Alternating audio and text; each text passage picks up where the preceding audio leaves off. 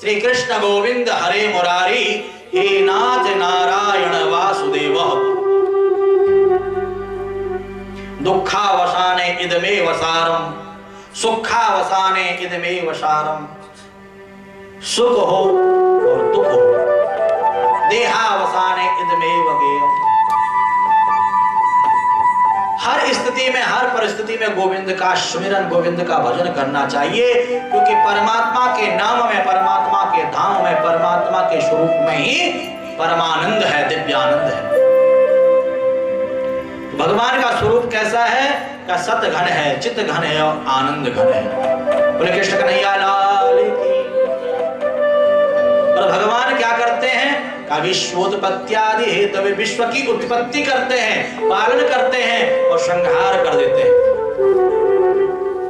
आप विचार करना कि जन्म से पहले हम कहां थे और जब शरीर छूट जाता, मर जाते, तब हम कहां जाते हैं? कभी सोचा आप लोगों ने? विचार किया? जरूर करना।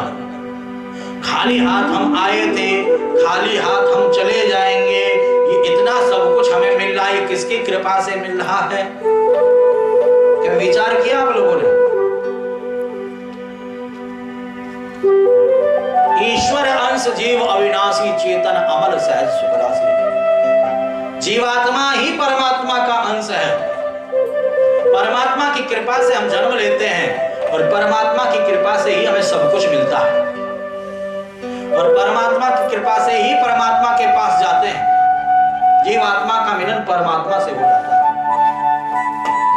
परंतु जो परमात्मा का भजन करता है वही परमात्मा तक पहुंचता है, अन्यथा 84 लाख योनियों में भटकता रह जाता है। ठीक उसी प्रकार से एक उदाहरण से आप समझिए, एक अंधे व्यक्ति को एक कमरे में छोड़ दिया और दरवाजे के बगल में उसको दीवार पर हाथ लगाया का ये दरवाजा है, तुझे घूम करके आना है और इस दरवाजे से तुझे बाहर निकलना है। और अंधा व्यक्ति जब दीवार के सहारे सहारे जब चलता है और जैसे ही दरवाजा निकट आता उसे खुजली लगने लगती है, वो हाथ हटा करके अपने को खुजाने लग जाता है और चल रहा है। वो दरवाजा छूट गया, फिर दीवार पर हाथ लगाया, फिर घूमने लग गया, फिर जैसे दरवाजे पे आता है खुजली लगने लगती है, वो खुजाने लग जाता है और आगे बढ़ता है, दीवार पर हाथ लगाता है, फिर दरवाजा छूट जाता है और वह उसी कमरे में भटकता भटकता जो है भटकता रह जाता है। यही स्थिति हमारी और तुम्हारी है।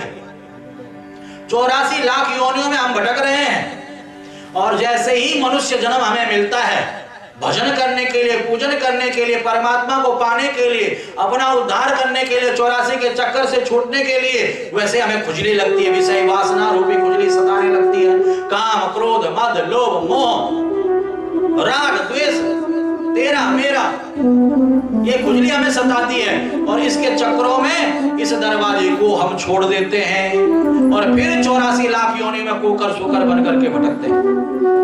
तो ध्यान देना, ये मनुष्य रूपी दरवाजा हमें प्राप्त हुआ है अपने उद्धार के लिए, अपने कल्याण के लिए। विषय वासनाओं का त्याग करके, विषय वासना रूपी खुजली का त्याग करके सतत परमात्मा की शरण, परमात्मा की भक्ति जो करता है वही परमात्मा को पाता है। तापत्रय विनाशाय श्री कृष्णाय वै नमः। क्योंकि भगवान की जो शरणागति ग्रहण कर लेता है, भगवान की शरण में जो आ जाता है, तापत्रय विनाशाय, आध्यात्मिक, आदिदेविक, आदि भौतिक तापों से सब तप्त हैं। कोई तन दुखी, कोई मन दुखी, कोई धन बिन रहत उदास, कोई तन से दुखी है, हाथों में दर्द है, पैरों में दर्द है, कमर में दर्द है, कोई तन दुखी, कोई मन दुखी, मन में अनेकों प्रकार की टेंशनें, उलझने, चिंताएं, और कोई धन बिन रहत उदास, कोई पैसे के लिए उदास बैठा हुआ है, कहां से आए, कैसे व्यवस्था बने। थोड़ा थोड़ा दुख सबको है, क्योंकि इस संसार का नाम है दुखालयम। जीव जब मां के गर्भ में आता है और गर्भ में आते ही उसे दुख पकड़ लेता है और ये दुख मरने के बाद भी पीछा नहीं छोड़ता है। शरीर तो नष्ट हो जाता है, आत्मा अगर भटकने लग जाए तो मरने के बाद भी दुख पीछा नहीं छोड़ता है। दुख काल है, दुखों का घर है। कैसे ये दुखों से पीछा छोड़े, कैसे दुख दूर हो?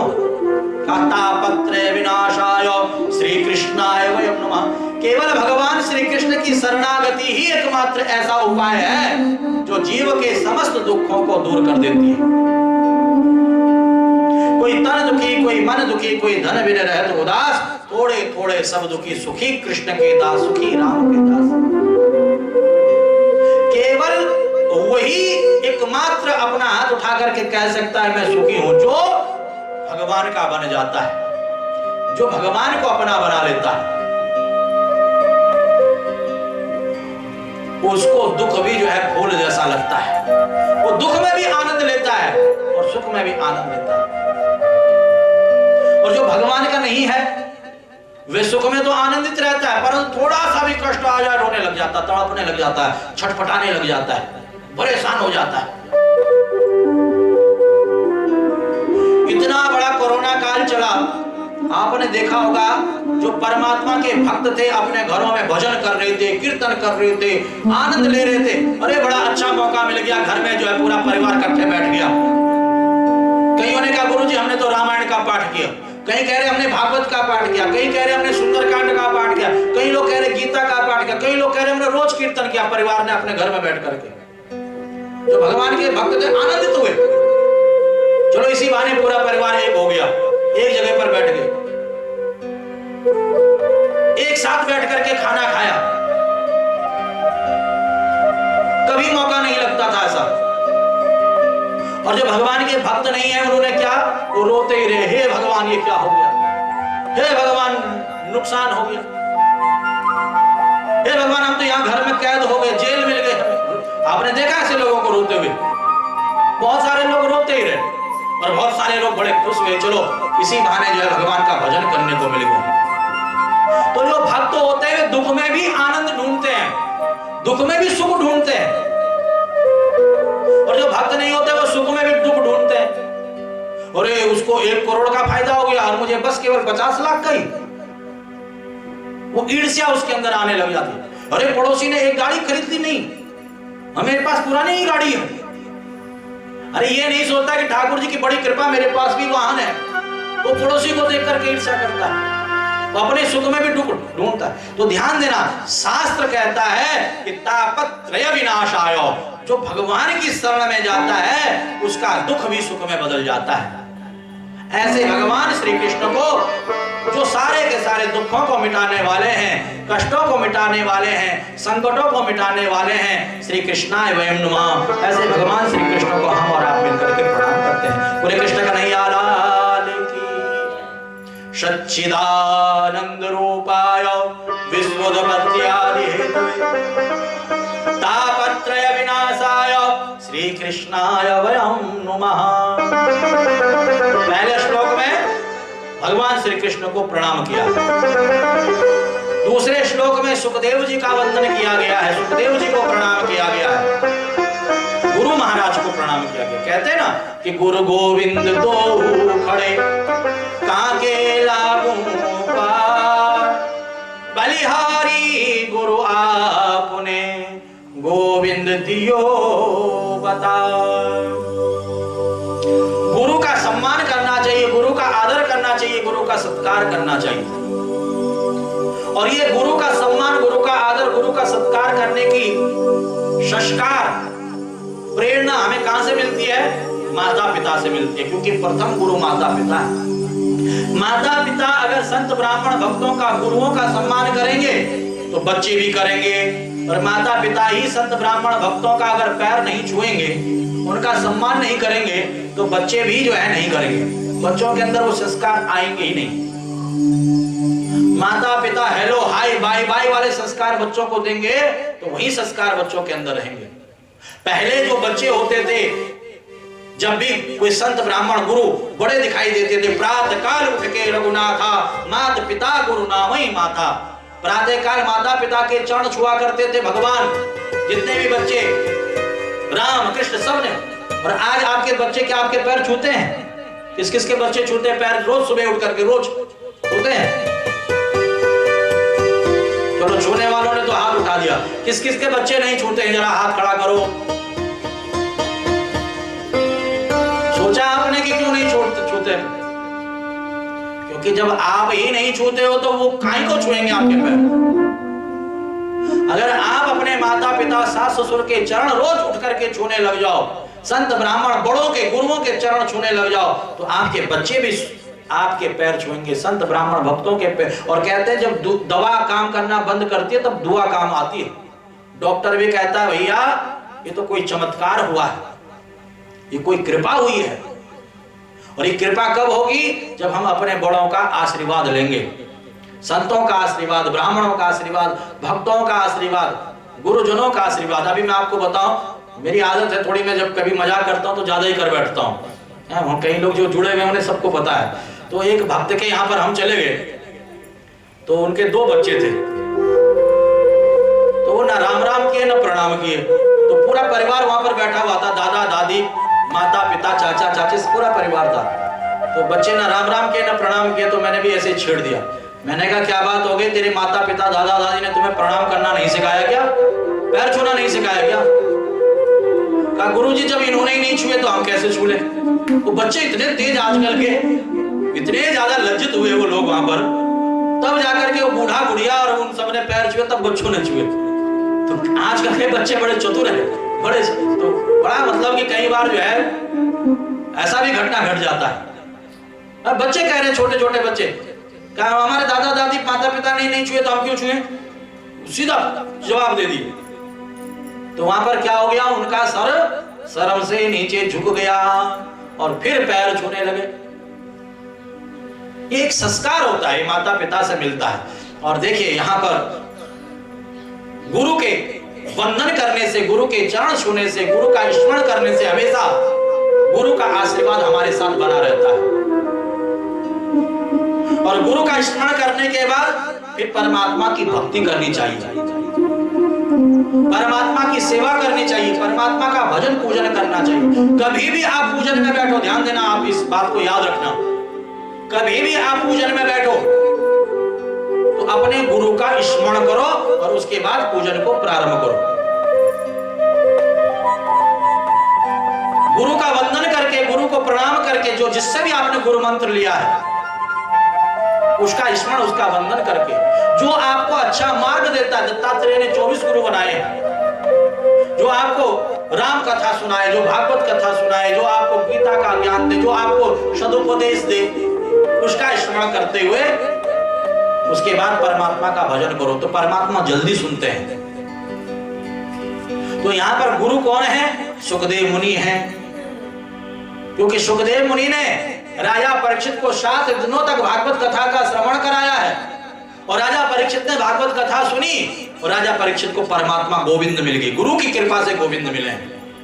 इसलिए सुखदेव जी को वंदन किया कि हे गुरुदेव, जैसे आपने राजा परीक्षित के ऊपर कृपा की है वैसे ही हमारे ऊपर भी कृपा करो। हम 7 दिनों तक बैठ करके इस कथा का यहाँ पर श्रवण करेंगे। आप हमारे जो है अज्ञान को दूर करो, हमें आप ज्ञान दो, हमें भक्ति दो, हमें शक्ति दो, हमारे ऊपर कृपा बनाओ। तो चलिए हाथ जोड़ करके गुरु महाराज सुखदेव जी के चरणों में प्रणाम करते हैं। यं प्रवदन्तमनुपेतमपेत कृत्यं द्वैपायनो विरह कातर आजुहाव पुत्रेति तन्मयतया तरवोभिनेन्दोस् तम सर्वभूत हृदय मुनिमान तोष्मि, तम सर्वभूत हृदय मुनिमान तोष्मि। बोले सुखदेव जी महाराज की, बोले सद्गुरुदेव भगवान की जय। तो आप लोगों को बोलना ही पड़ेगा बीच बीच में, समझ रहे हो कि नहीं समझ रहे? वरना भागवत भगवान सुखदेव जी कन्हैया कहेंगे इतने यहाँ पर बैठे हुए हम भक्तों का कल्याण करने के लिए और ये इतना आलस कर रहे हैं, जय भी नहीं बोल रहे हैं। भगवान दुष्ट हो सकते हैं, इसलिए जय जरूर बोलना।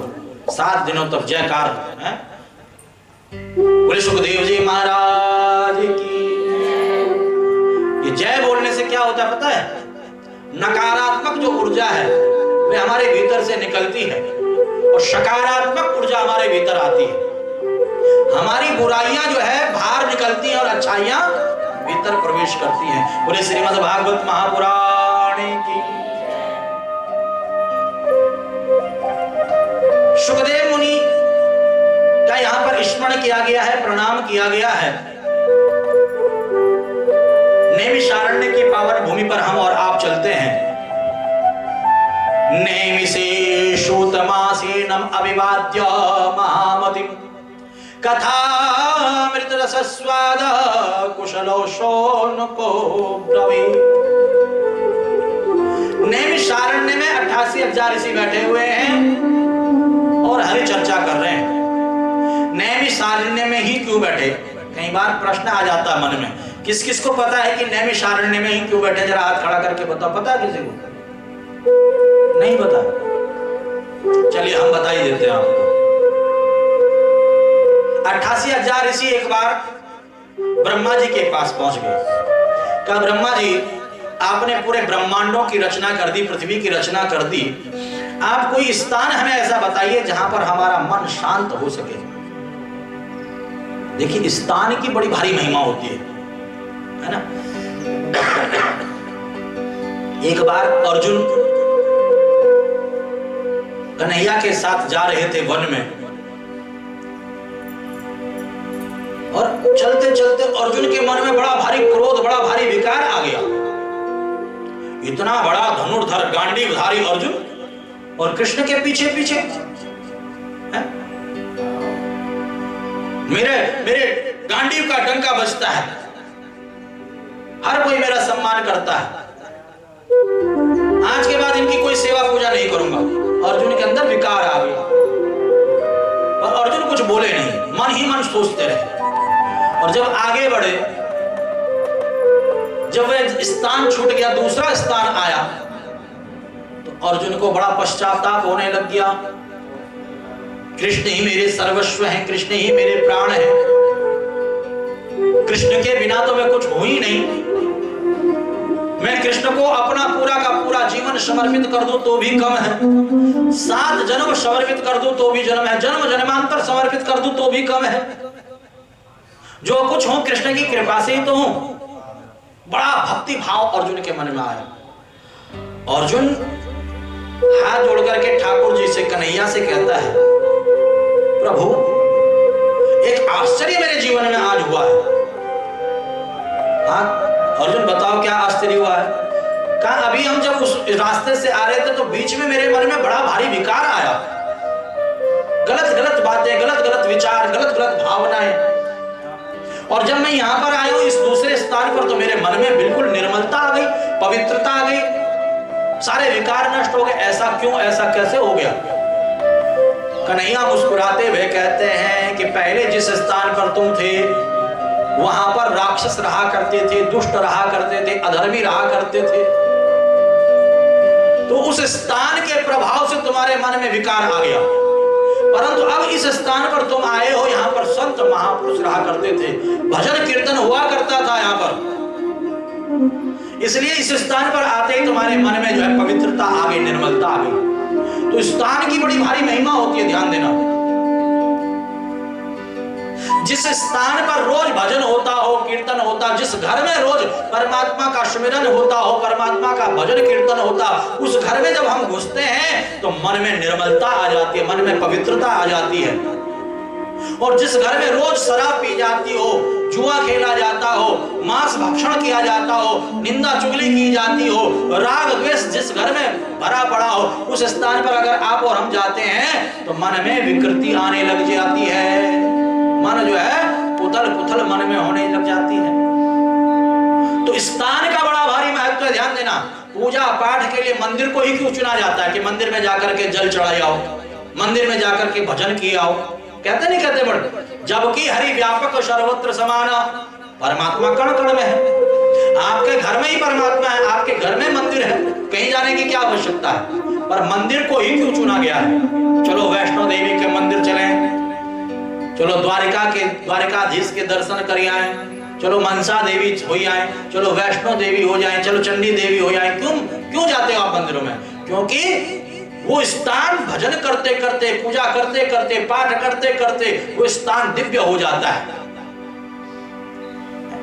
गुरुद्वारे में ही क्यों जाया जाता? हमारी बहुत सारी माताएं यहाँ पर बैठी हुई हैं जो गुरुद्वारे को मानने, गुरुद्वारे में ही क्यों जाया जाता है? घर पे भी तो आप जो है पाठ कर सकते हो, पूजा कर सकते हो। गुरुद्वारे में इतना ज्यादा पाठ होता है, इतना ज्यादा स्मरण होता है, इतना ज्यादा भक्ति हो जाती है कि वहां पर जाते ही हमारे मन के विकार मिट जाते हैं। स्थान की महिमा है।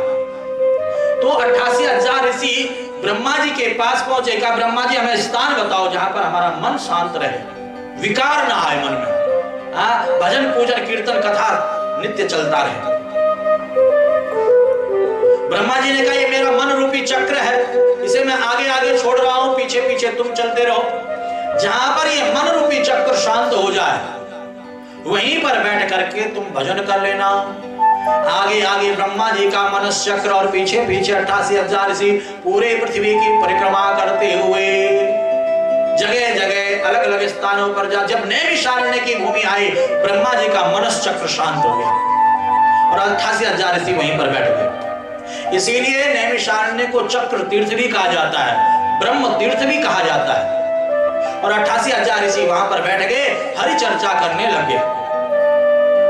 चर्चा करते करते करते करते करते करते समय बीतता गया, कलयुग का आगमन होने लगा। अब 88,000 ऋषि विचार करने लगे, कलयुग में किसी के पास समय नहीं होगा वेदों का पाठ करने का, पुराणों का पाठ करने का, कैसे जीव का कल्याण होगा, कैसे जीव का उद्धार होगा। तो वहीं पर सूत जी महाराज का आगमन हो गया। सभी ने उठ करके सूत जी महाराज को दंडवत प्रणाम किया। गुरुर ब्रह्मा गुरुर्विष्णु गुरुर्देव महेश्वर गुरु साक्षात परब्रह्म तस्मै श्री गुरुवे नमः। बोले सद्गुरुदेव भगवान की। सुंदर आसन दिया और 88,000 ऋषियों ने प्रश्न किया कि कलिकाल में जीव का कल्याण कैसे होगा, क्योंकि मन नहीं लगेगा पुराणों को पढ़ने में, शास्त्रों को पढ़ने में, वेद को पढ़ने में, वेदांत को पढ़ने में, कैसे कल्याण होगा।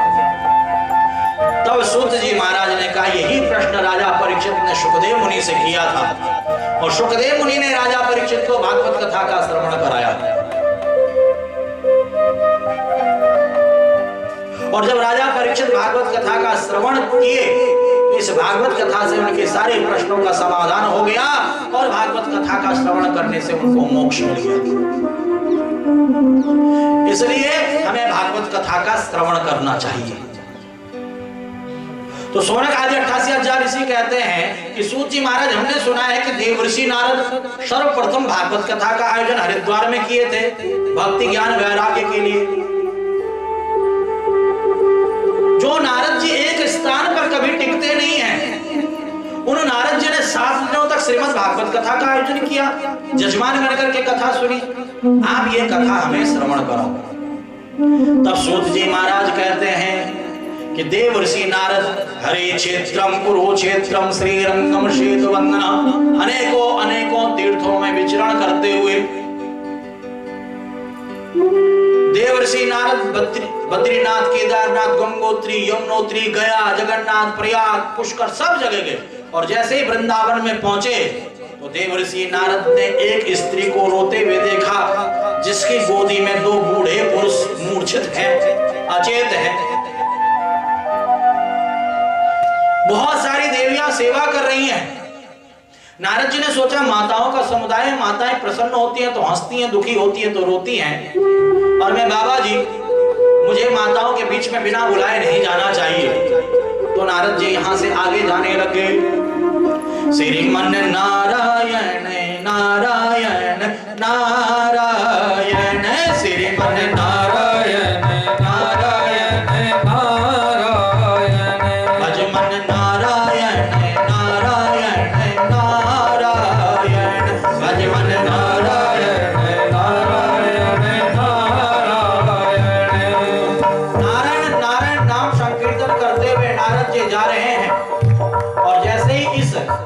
युवती ने नारद जी को जाते हुए देखा, आवाज लगाई कि भो भो साधो क्षणम तिष्ठा मां चिंता नाशनम करो।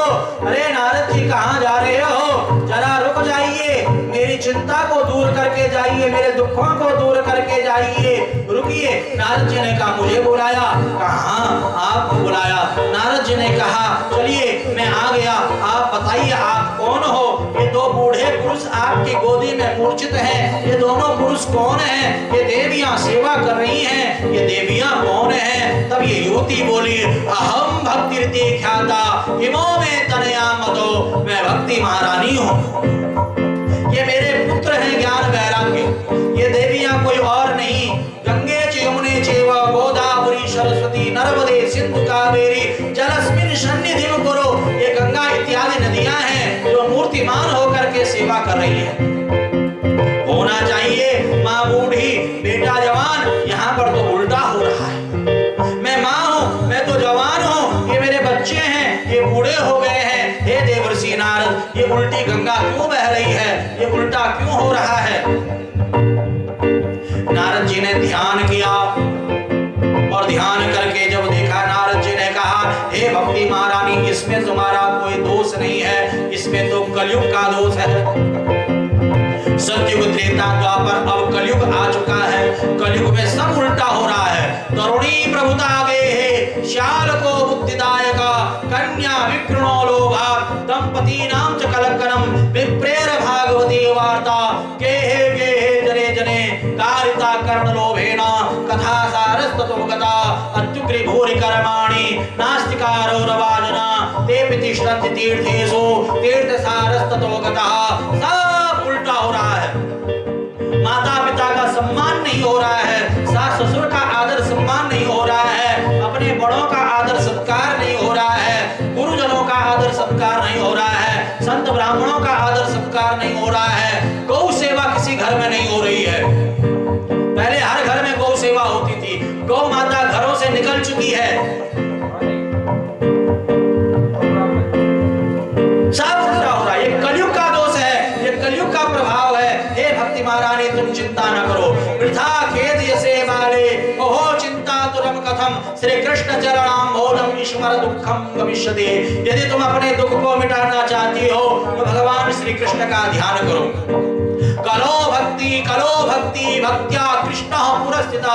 इस कलिकाल में केवल एकमात्र भक्ति ही ऐसी है जो भक्ति से बुलाने पर भगवान नीच से नीच व्यक्ति के घर चले जाते हैं। सदन कसाई जो मांस का व्यापारी है, उसके अंदर भक्ति आ गई, भगवान प्रकट हुए और सदन को अपने आंख में अपने भीतर भर दिया। तो भक्ति की महिमा इस कलिकाल में है। भक्ति महारानी कहती है जब कलयुग में दोष ही दोष थे तो क्यों आने दिया इस कलयुग को। तो देवर्षि नारद कहते हैं कलयुग में दोष तो बहुत सारे हैं, पर एक गुण है कि यत फलम नास्ति तपसा न योगेन समाधिना तद फलम लभते सम्यक कलो केशव कीर्तनात्। सतयुग में, त्रेता में, द्वापर में योग, समाधि, जप, तप, ध्यान, पूजा पाठ, इससे जो फल नहीं मिलता था, इस कलिकाल में केवल भगवान की कथा सुनने से, कथा सुनाने से वे फल मिल जाता है।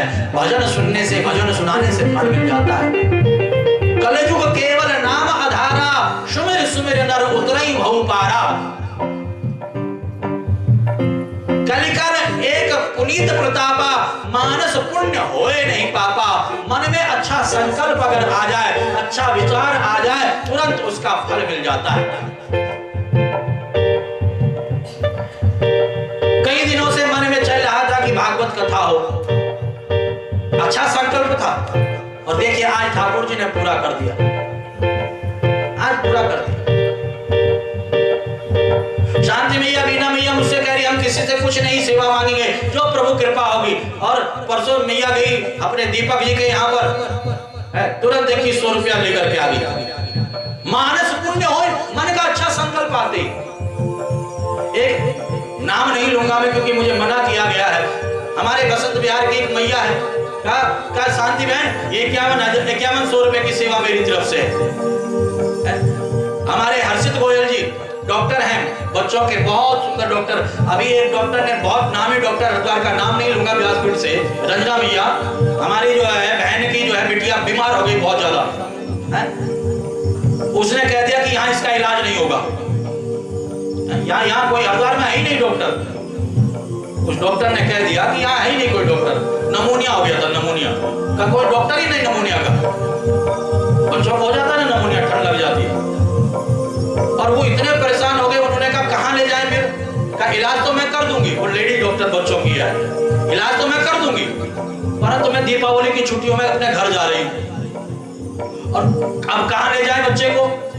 कहा ले जाना तो सीधा जॉली ग्रांट ले जाओ या एम्स में ले जाओ, दो जगह बताए केवल। और रात के 9 बजे परेशान हो गए वो, बहन भी हमारी रोने लग गई, माताजी भी रोने लग गए, हमारे बहनों भी बड़े परेशान, मैं भी परेशान। और मैंने कहा रात को जो है जॉली ग्रांट, एम्स और यहाँ वहाँ भागो, बड़ी दिक्कत हो गई। तुरंत मैंने हर्षित को फोन किया, मैंने कहा हर्षित ऐसी ऐसी दिक्कत है। हर्षित ने कहा कि गुरुजी आप मेरे पास आ जाओ। हर्षित ने देखा कि डरा दिया आपको, हरिद्वार में डॉक्टर नहीं, मैं तो हूँ बच्चों का डॉक्टर। और आप विश्वास मानिए 2 दिन एडमिट रखा और तीसरे दिन अपने घर, बच्चा बिल्कुल स्वस्थ। तो कहने का अभिप्राय, डॉक्टर भगवान का रूप माना गया है, परंतु आजकल डॉक्टर भी महाराज जो आप क्या बोले, आपको शब्द नहीं है बोलने के लिए हमारे पास।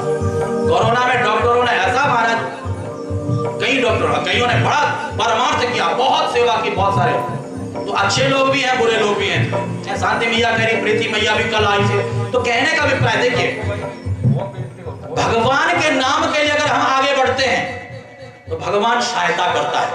अच्छे मार्ग पर हम आगे बढ़ते हैं, भगवान हमेशा सहायता करता है। अच्छे विचार हमारे मन में आते हैं, भगवान हमेशा उसे पूरा करता है। इस कलिकाल में मानस पुण्य हो ही नहीं पापा, मन में अच्छा विचार, अच्छा संकल्प आ जाए तो तुरंत आपका कल्याण होता है। ये कलयुग की विशेषता है, ये कलयुग की विशेषता है। इसलिए प्रयास कीजिए, अपने मन में कभी कोई बुरी बात आने न दे, कोई बुरा भाव आने न दे। हमेशा अच्छे अच्छे विचार आपके मन में आए, अच्छे अच्छे भाव आपके मन में आए। कभी आपके साथ कोई बुरा नहीं कर सकता है और कभी आपका कोई बुरा नहीं हो सकता है। सिर्फ मन के द्वारा, मन के हारे हार है और मन के जीते जीत, और मन ही मिलावे राम से और मन ही करावे भजित। ये मन है जो आपको राम से मिला सकता है, कृष्ण से मिला सकता है, और ये मन है जो हमको आपको फजीते में डाल सकता है। बुरे विचार, बुरे भाव आएंगे, फजीते में पड़ जाओगे। अच्छे विचार, अच्छे भाव आएंगे, सारे फजीतों से निकल जाओगे। समझ रहे हो कि नहीं समझ रहे हो?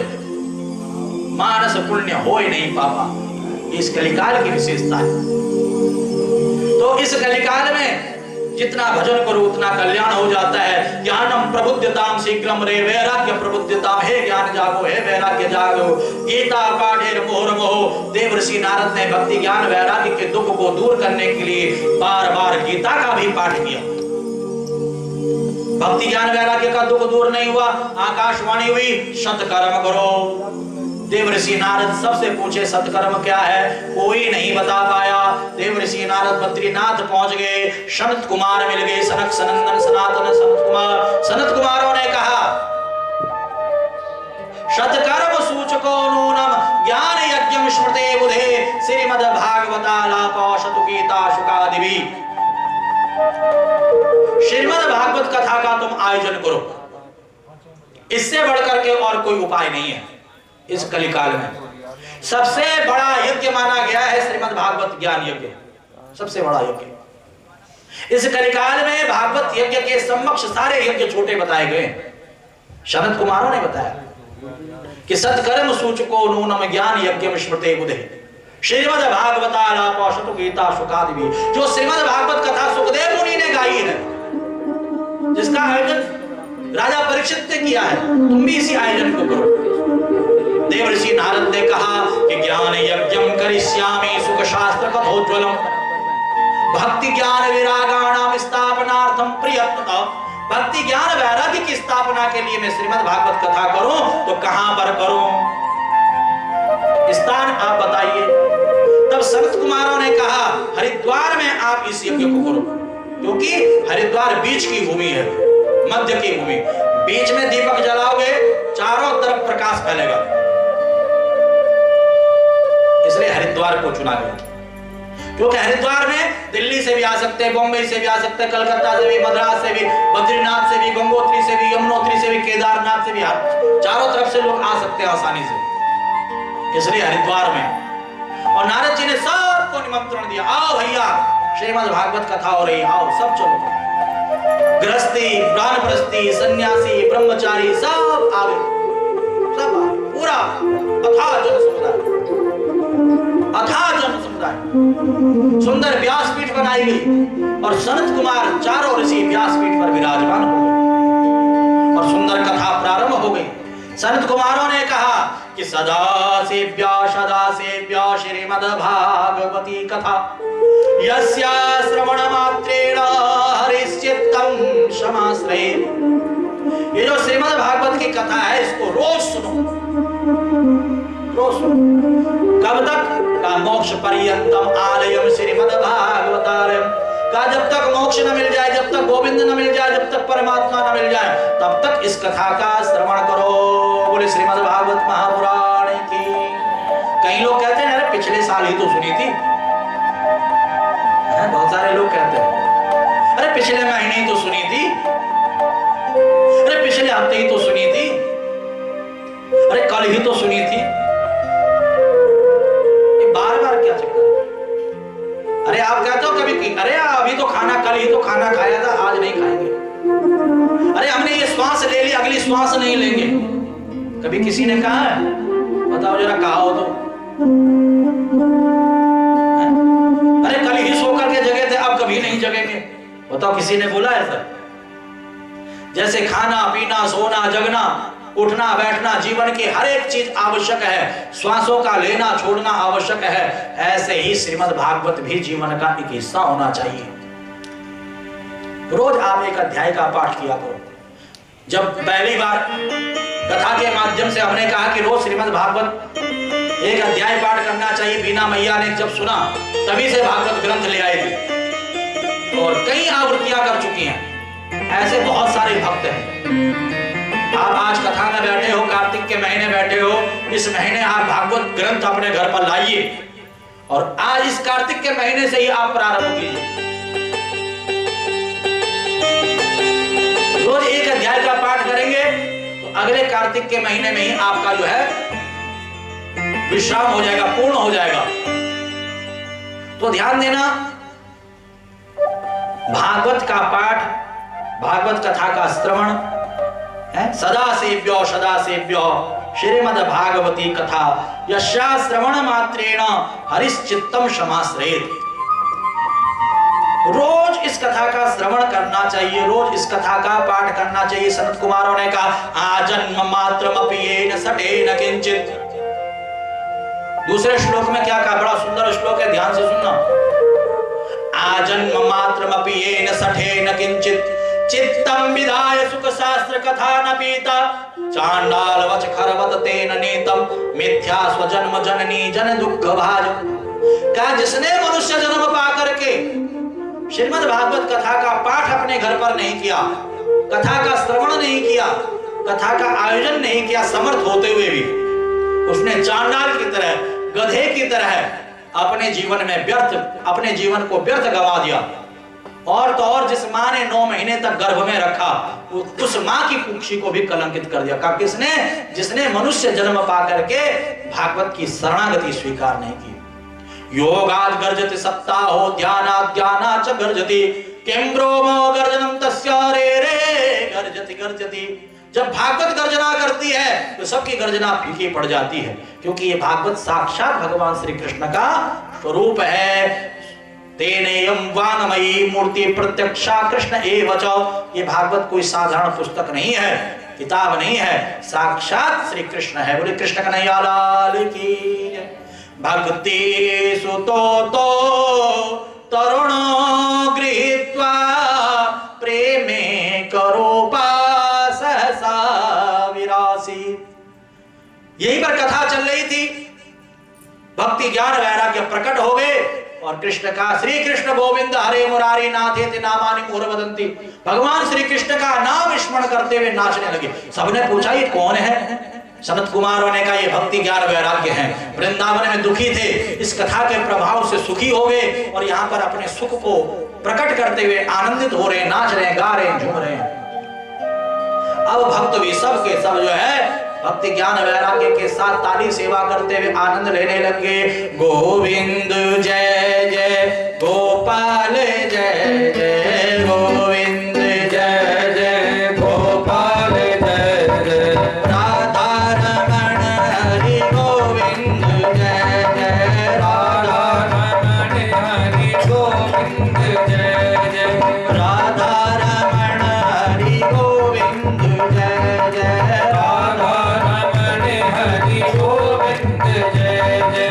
ताली सेवा करते हुए हरि गोविंद जय जय गोपाल जय जय गोविंद जय जय गोपाल जय जय गोविंद जय जय गोपाल जय जय गोविंद जय जय गोपाल जय जय राधा रमण हरि गोविंद जय जय राधा रमण हरि गोविंद जय जय राधा रमण हरि गोविंद जय जय राधा रमण हरि गोविंद जय जय गोविंद जय जय गोपाल जय जय गोविंद जय जय गोपाल जय जय गोविंद जय जय गोपाल जय जय गोविंद जय जय गोपाल जय जय राधा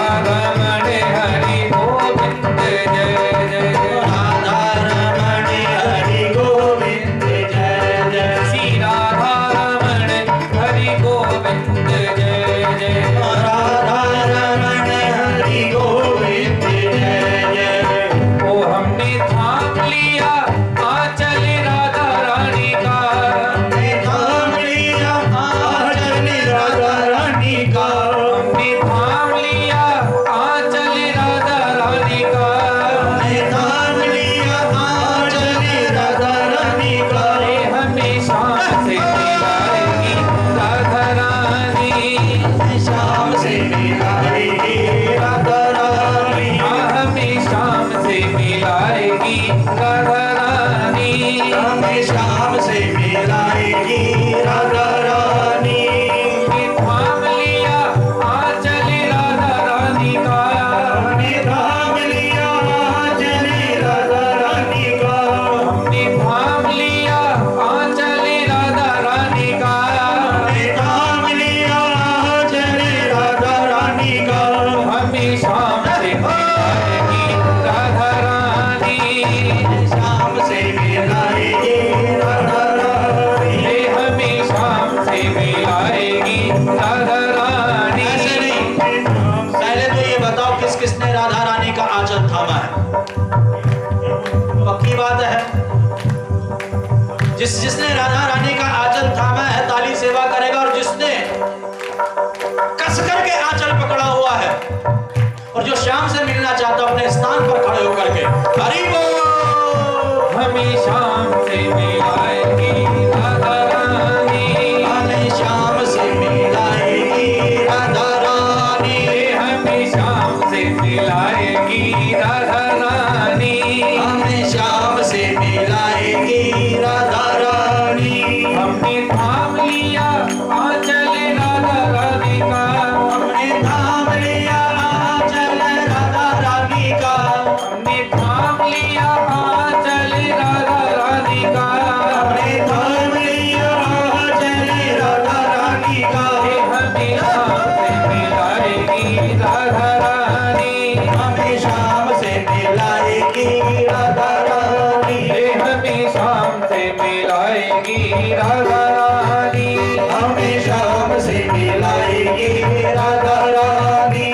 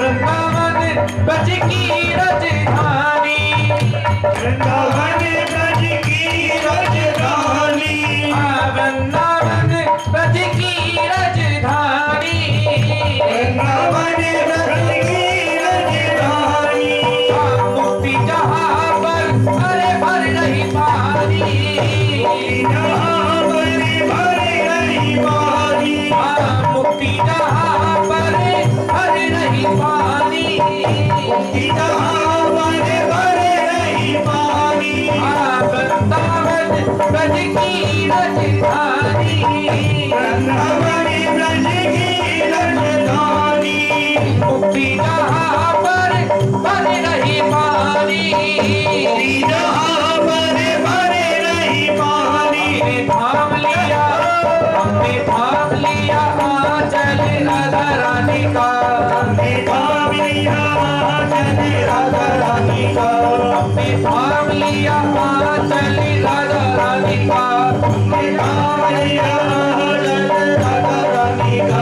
हमें शाम से मिलाएगी राधा रानी, हमें शाम से मिलाएगी राधा रानी, हमें शाम से मिलाएगी राधा रानी, हमें शाम से मिलाएगी राधा रानी। राधे राधे गाएंगे श्यामा श्यामा गाएंगे, राधे गाएंगे श्यामा श्यामा गाएंगे, राधे राधे गाएंगे श्यामा श्यामा गाएंगे।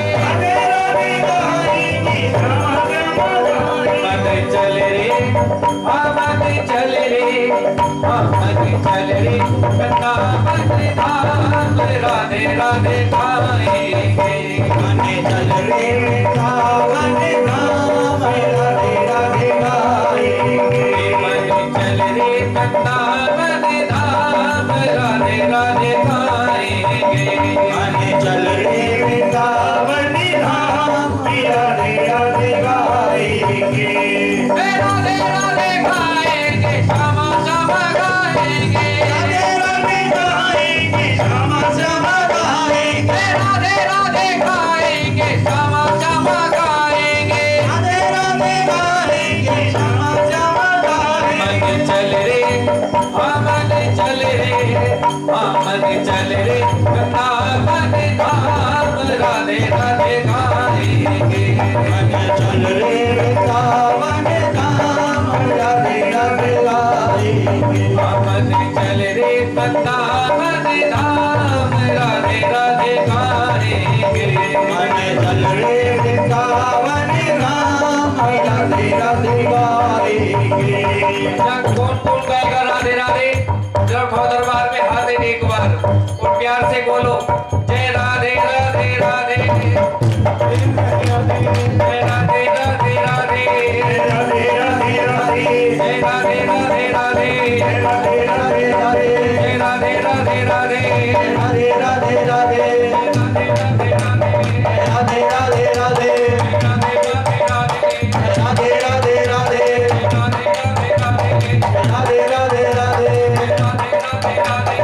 राधे राधे राधे। ओ राधे राधे गाएंगे श्यामा श्यामा गाएंगे, राधे राधे गाएंगे श्यामा श्यामा गाएंगे, राधे राधे गाएंगे श्यामा श्यामा गाएंगे। राधे राधे गाएंगे श्यामा श्यामा गाएंगे। जरा एक बार आप सब भी बोल दो, ओ राधे राधे गाएंगे श्यामा श्यामा गाएंगे, राधे राधे गाएंगे श्यामा श्यामा गाएंगे, राधे राधे गाएंगे श्यामा श्यामा गाएंगे। राधे राधे गाएंगे श्यामा श्यामा गाएंगे। मन चल रे, मन चल रे, मन चल रे, वृंदावन धाम राधे राधे गाएंगे। मन चल रे वृंदावन धाम राधे राधे गाएंगे। ओ राधे राधे गाएंगे, ओ राधे राधे गाएंगे, ओ श्यामा श्यामा गाएंगे, ओ श्यामा श्यामा गाएंगे, ओ राधे राधे गाएंगे, ओ राधे राधे गाएंगे, ओ श्यामा श्यामा गाएंगे, ओ श्यामा श्यामा गाएंगे।